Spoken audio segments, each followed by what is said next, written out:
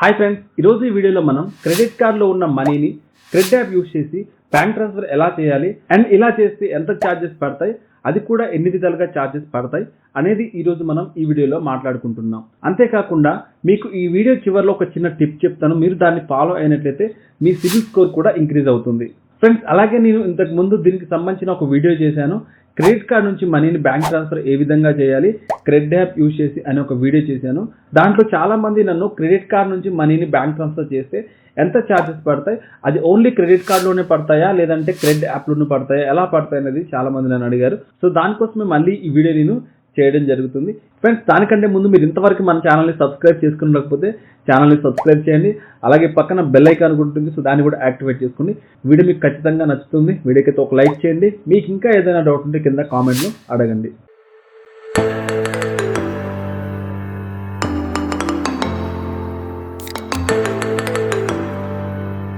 Friends, ఈ credit card మనీని డైరెక్ట్గా మనం బ్యాంక్ ట్రాన్స్ఫర్ అయితే చేయలేము. మనం ఒకవేళ బ్యాంక్ ట్రాన్స్ఫర్ చేయాలంటే రెంట్ పేమెంట్ అనే ఆప్షన్ యూజ్ చేసి మనం బ్యాంక్ ట్రాన్స్ఫర్ అయితే చేస్తాం అనమాట. అయితే ఈ క్రెడిట్ కార్డులో మనకి ఛార్జెస్ అనేది మనకి క్రెడిట్ కార్డ్ నుంచి ఛార్జెస్ కట్ అవుతాయి, అలాగే మనకి క్రెడిట్ యాప్ నుంచి కూడా ఛార్జెస్ కట్ అవుతాయి. ఎగ్జాంపుల్ ఏంటంటే, నేను క్రెడిట్ అప్లికేషన్ యూజ్ చేసి మనీని బ్యాంక్ ట్రాన్స్ఫర్ చేస్తున్నాను కాబట్టి క్రెడిట్లో మనకి ఛార్జెస్ ఉంటాయి. రెండవది, నేను నా వన్ కార్డ్ క్రెడిట్ కార్డ్ వాడుతున్నాను కాబట్టి దాంట్లో కూడా నాకు కొంత ఛార్జెస్ అయితే పడుతుంది. ఫ్రెండ్స్, ఇవన్నీ మనం డీటెయిల్గా మాట్లాడుకుందాం. నేను బ్యాంక్ ట్రాన్స్ఫర్ చేస్తూనే ఈ ఛార్జెస్ మీకు దేని నుంచి ఎంత ఛార్జెస్ పడతాయి అనేది చెప్తాను. అలాగే చాలా మంది నన్ను అడిగే కామెంట్ ఏంటంటే, మనం క్రెడిట్ కార్డ్ మనీని బ్యాంక్ ట్రాన్స్ఫర్ చేస్తుంటే మనకి వెంటనే మనీ అనేది బ్యాంక్లోకి రావట్లేదు, మరి ఎలా మనకి బ్యాంక్లోకి వస్తుందని అడుగుతున్నారు. సో దీని గురించి కూడా నేను వీడియోలో మాట్లాడతాను. ఫ్రెండ్స్, మనం డైరెక్ట్గా ఈ క్రెడిట్ యాప్లోకి లాగిన్ అవ్వగానే ఈ విధంగా ఉంటుంది. మనకి కింద డిస్క్రిప్షన్లో యాప్ లింక్ ఉంటుంది. మీరు లింక్ మీద క్లిక్ చేసి మీరైతే డౌన్లోడ్ చేసుకోవచ్చు. ఇక్కడ చూసుకుంటే మనకి రెంట్ వయా క్రెడిట్ కార్డ్ అని ఉంది. సో దీని మీద క్లిక్ చేసి మనం రెంట్ పేమెంట్ అయితే చేయొచ్చు. అలాగే మనకి ఇక్కడ ఫీజ్ వయా క్రెడిట్ కార్డ్ అని ఉంది. సో ఇక్కడ క్లిక్ చేసినా మనకి రెంట్ వయా క్రెడిట్ కార్డ్ మీద క్లిక్ చేసినా ఒకే పేజ్లోకి అయితే వెళ్తుంది. సో నేను ఇక్కడ రెంట్ వయా క్రెడిట్ కార్డ్ అని ఉంది కదా, దీని మీద క్లిక్ చేస్తున్నాను. క్లిక్ చేసినట్టయితే ఫ్రెండ్స్, నాకు ఈ విధంగా వస్తుంది. ఇక్కడ మిమ్మల్ని రెంట్ పేమెంట్ అనేది కాంటాక్ట్కి పంపిస్తారా, బ్యాంక్ అకౌంట్కి పంపిస్తారా, యూపీఐ ఐడికి పంపిస్తారా, లేదంటే ఎడ్యుకేషన్ ఇన్స్టిట్యూట్కి పంపిస్తారని అడుగుతుంది. నేను ఇక్కడ బ్యాంక్ అకౌంట్ సెలెక్ట్ చేసుకుంటున్నాను. చాలా మంది బ్యాంక్ అకౌంట్ సెలెక్ట్ చేసుకుంటారు, కొంతమంది యూపీఐ ఐడి కూడా సెలెక్ట్ చేసుకోవచ్చు, ఈజీగా ఉంటుంది. సో ఇక్కడ నేను బ్యాంక్ అకౌంట్ మీద క్లిక్ చేస్తున్నాను. క్లిక్ చేస్తే ఫ్రెండ్స్, ఇక్కడ మీరు ఎవరికైతే మనీ సెండ్ చేస్తున్నారో వాళ్ళ అకౌంట్ నెంబర్ అయితే ఎంటర్ చేయమంటుంది. ఇక్కడ కూడా మీరు ఒకటి గుర్తుంచుకోవాలి, ఒకవేళ మీరు మనీ ట్రాన్స్ఫర్ చేసినప్పుడు మీ అకౌంట్కి మీరు పంపించుకుంటే మనీ అనేది మీకు సెండ్ అవ్వదు. సో మీ ఫ్యామిలీలో ఎవరిదైనా సరే, లేదంటే ఇంకా మీ ఫ్రెండ్స్కైనా సరే మీరు సెండ్ చేసి వాళ్ళ నుంచి మళ్ళీ రిటర్న్ కొట్టించుకోవాలి. డైరెక్ట్గా మీకైతే మీరు మనీ సెండ్ చేసుకోలేరు. సో ఇంక ఇక్కడ నేను ఎస్బీఐ అకౌంట్ అయితే సెలెక్ట్ చేసుకుంటున్నాను. ఫ్రెండ్స్, ఇక్కడ మనల్ని అకౌంట్ నెంబర్ అడుగుతుంది, అకౌంట్ నెంబర్ ఇవ్వాలి. ఇంకా ఐఎఫ్ఎస్సి కోడ్ అడుగుతుంది, అది కూడా ఇవ్వాలి. కింద ఫోన్ నెంబర్ అడుగుతుంది, ఆప్షనలే. ఒకవేళ మీరు ఇవ్వాలనుకుంటే ఇవ్వచ్చు, లేదంటే లేదు. ఇవ్వండి, నేనైతే ఇవ్వలేదు. ఇక్కడ నేమ్ అడుగుతుంది. ఇక్కడ నేమ్ కూడా ఎవరికైతే మీరు మనీ పంపిస్తున్నారో ఆ అకౌంట్ హోల్డర్ నేమ్ ఇక్కడ ఎంటర్ చేయాలి. తర్వాత మనకి ఇక్కడ అకౌంట్లో ఉన్న నేమ్ అయితే కనిపిస్తుంది. తర్వాత ఇది చెక్ చేసుకున్న తర్వాత మనం ఇక్కడ ఏంటంటే ప్రొసీడ్ మీద క్లిక్ చేయాలి. క్లిక్ చేస్తే ఫ్రెండ్స్, ఇక్కడ మనల్ని అమౌంట్ అయితే ఎంటర్ చేయమంటుంది.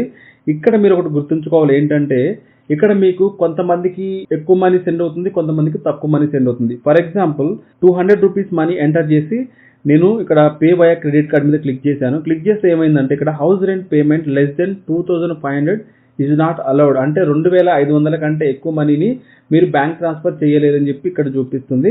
మీరు ఇక్కడ ఇంకోటి చూసుకోవచ్చు. ఇక్కడ నేను 900 ఎంటర్ చేసి ఇది వేరే అకౌంట్ అనమాట. సో అక్కడ ఏంటంటే పే వయా క్రెడిట్ కార్డ్ మీద క్లిక్ చేస్తే మనకు అక్కడ మినిమం 1000 కంటే తక్కువ ఉంటే మనీని బ్యాంక్ ట్రాన్స్ఫర్ చేయలేమని చెప్తుంది. సో కొంతమందికి 1000 రావచ్చు, కొంతమందికి 2500 కూడా రావచ్చు. సో అది మీరు చేసే ట్రాన్సాక్షన్ బట్టి, లేదంటే మీరు యూజ్ చేసే దాన్ని బట్టి అయితే మీకు డిపెండ్ అయి ఉంటుంది. సో ఖచ్చితంగా ఏదని అయితే చెప్పలేము.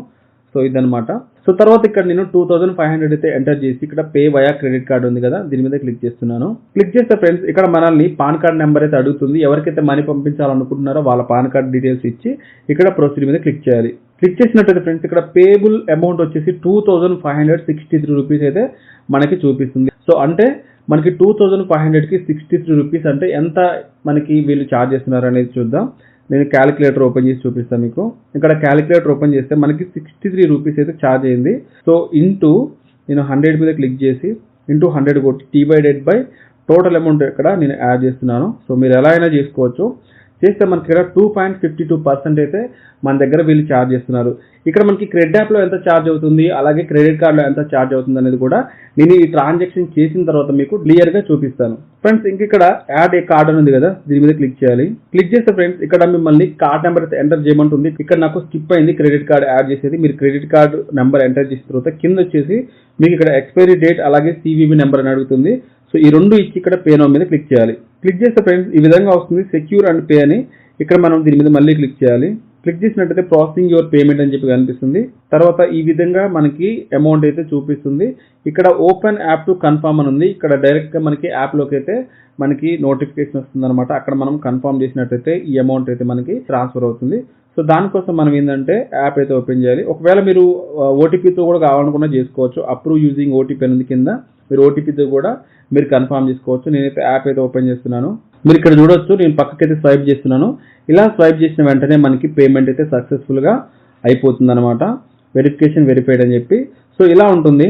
ఇలా మనకి ట్రాన్సాక్షన్ అయితే సక్సెస్ఫుల్గా అవుతుంది. ఫ్రెండ్స్ ఇక్కడ మనకి క్రెడిట్ యాప్లో ట్రాన్సాక్షన్ ఛార్జెస్ వచ్చేసి మనకి 1% నుంచి 1.5% లేదంటే కొన్నిసార్లు 3% వరకు కూడా ఛార్జ్ చేస్తారు. అదే మనకి క్రెడిట్ కార్డులో వచ్చేసి ఎంత ఛార్జ్ అవుతుందనేది చూద్దాం. మీరు వాడే క్రెడిట్ కార్డుని బట్టి కూడా ఇది డిపెండ్ అయి ఉంటుంది. నేను 1 కార్డ్ క్రెడిట్ కార్డ్ వాడుతున్నాను. దానికి నాకు 1% ట్రాన్సాక్షన్ ఛార్జ్ అయితే అవుతుంది. సో మీకు అర్థమైంది అనుకుంటున్నాను. క్రెడిట్ యాప్లో వచ్చేసి 1% నుంచి 3% మధ్యలో ఉంటుంది. క్రెడిట్ కార్డులో మాత్రం 1% లేదా 2% ఉంటుంది. నా క్రెడిట్ కార్డు వచ్చేసి 1% అయితే వీళ్ళు 2 పేమెంట్కి ఛార్జ్ చేస్తున్నారు. ఇప్పుడు క్రెడిట్ కార్డులో ఎంత ఛార్జెస్ కట్ అయింది అనేది కూడా మనం చూద్దాం. ఫ్రెండ్స్ మీరు ఇక్కడ చూసుకోవచ్చు, నేను 1 కార్డ్ యాప్ అయితే ఓపెన్ చేశాను. సో మనకి ఇంతకు ముందు చూసుకుంటే మనకి క్రెడిట్ యాప్లో వచ్చేసి 63 రూపీస్ అయితే వాళ్ళు ఛార్జ్ చేశారు. తర్వాత మిగతా బ్యాలెన్స్ అనేది మనకి డైరెక్ట్గా కార్డ్ నుంచి ఛార్జెస్ కట్ అవుతాయి. సో ఇక్కడ క్లిక్ చేస్తున్నాను. క్లిక్ చేసినట్టయితే ఇక్కడ వ్యూ బ్రేకప్ అని ఉంది కదా, దీని మీద క్లిక్ చేస్తే మనకి డీటెయిల్గా ఇక్కడ ఇన్ఫర్మేషన్ అయితే దొరుకుతుంది. ఇక్కడ మనకి 2563 రూపీస్ అయితే మనకి క్రెడిట్ కార్డ్ ట్రాన్సాక్షన్కి క్రెడిట్ యాప్ ఛార్జ్ చేసింది. మిగతా 25 రూపీస్ ప్లస్ జిఎస్టీ అనేది మనకి ఈ క్రెడిట్ కార్డ్ కంపెనీ వాళ్ళు మన దగ్గర ఛార్జ్ చేశారు. సో ఇలా మీకు 2 రకాలుగా ఛార్జెస్ ఉంటాయి. కొంతమంది ఏంటంటే క్రెడిట్ యాప్లో కనపడ్డ ఛార్జెస్ ఫైనల్ ఛార్జెస్ అనుకుంటారు. క్రెడిట్ కార్డులో మనకి ఎంత ఛార్జెస్ అనేది ఎంత పర్సెంట్లో కట్ అవుతుంది అనేది కూడా మనం చూద్దాం.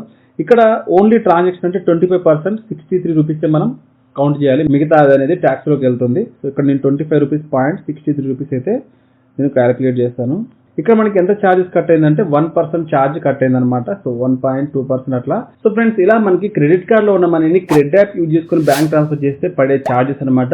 సో ఇప్పుడు మీకు ఈ ఛార్జెస్ గురించి ఎవరికైతే డౌట్ ఉందో వాళ్ళకి ఇది క్లియర్ అయిందని నేను అనుకుంటున్నాను. అలాగే వీడియో స్టార్టింగ్ లో మీకు ఒక టిప్ చెప్తానని చెప్పాను కదా. సో అదేంటంటే మీరు క్రెడిట్ కార్డులో ఉన్న మనీని బ్యాంక్ ట్రాన్స్ఫర్ చేస్తుంటే మీరు మాక్సిమం 30% కంటే ఎక్కువ మనీని మీరు బ్యాంక్ ట్రాన్స్ఫర్ అయితే చేయకండి. ఫర్ ఎగ్జాంపుల్ మీకు 1 lakh లిమిట్ ఉంటే మీరు 30,000 ట్రాన్సాక్షన్ చేయాలి. లేదా మీకు 2 lakhs ఉన్నట్లయితే 60,000 చేయాలి. ఇలా కేవలం మీ క్రెడిట్ యూటిలైజేషన్ అనేది 30% మాత్రమే ఉంటే మీ సిబిల్ స్కోర్ అనేది ఇంక్రీజ్ అవుతుంది. ఒకవేళ మీరు 30,000 కంటే ఎక్కువ ట్రాన్సాక్షన్ చేసినా కానీ మళ్ళీ బిల్ జనరేట్ అయ్యే లోపే మీరు మనీ పే చేసేటట్టయితేనే మీరు ఈ ట్రాన్సాక్షన్ చేయండి. సో అప్పుడైతే మీకు కొంచెం ఈ క్రెడిట్ యూటిలైజేషన్ అనేది నెగిటివ్ ఇంపాక్ట్ అవ్వకుండా ఉంటుంది.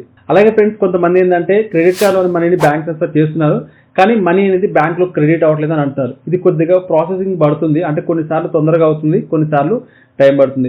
మినిమం మనకి 3 hours అన్న పడుతుంది మనకి బ్యాంక్లోకి రావాలంటే. కాకపోతే మనకి ఆ డేలోనే మనకి అమౌంట్ వస్తుంది.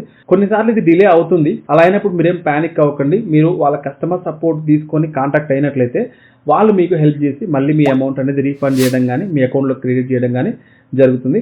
ఎక్కువ శాతం అయితే ఈ ప్రాబ్లం రాదు. కొంతమందికి అనమాట కొన్నిసార్లు వాళ్ళ ప్రొఫైల్ డీటెయిల్స్ ఏదైనా రాంగ్గా మ్యాచ్ అయినప్పుడు మాత్రమే ఇలాంటి ప్రాబ్లమ్స్ వస్తుంటాయి. ఒకవేళ మీకు ఏదైనా డౌట్ ఉంటే మీరు తక్కువ అమౌంట్ ముందు ట్రాన్సాక్షన్ చేసి తర్వాత ఎక్కువ అమౌంట్ ట్రాన్సాక్షన్ చేస్తే మీకు ఇది సక్సెస్ఫుల్లా కాదనేది మీకే అర్థమవుతుంది. ఫ్రెండ్స్ వీడియో అయితే ఖచ్చితంగా మీకు నచ్చిందని అనుకుంటున్నాను. ఫ్రెండ్స్ వీడియోకి అయితే ఒక లైక్ చేయండి.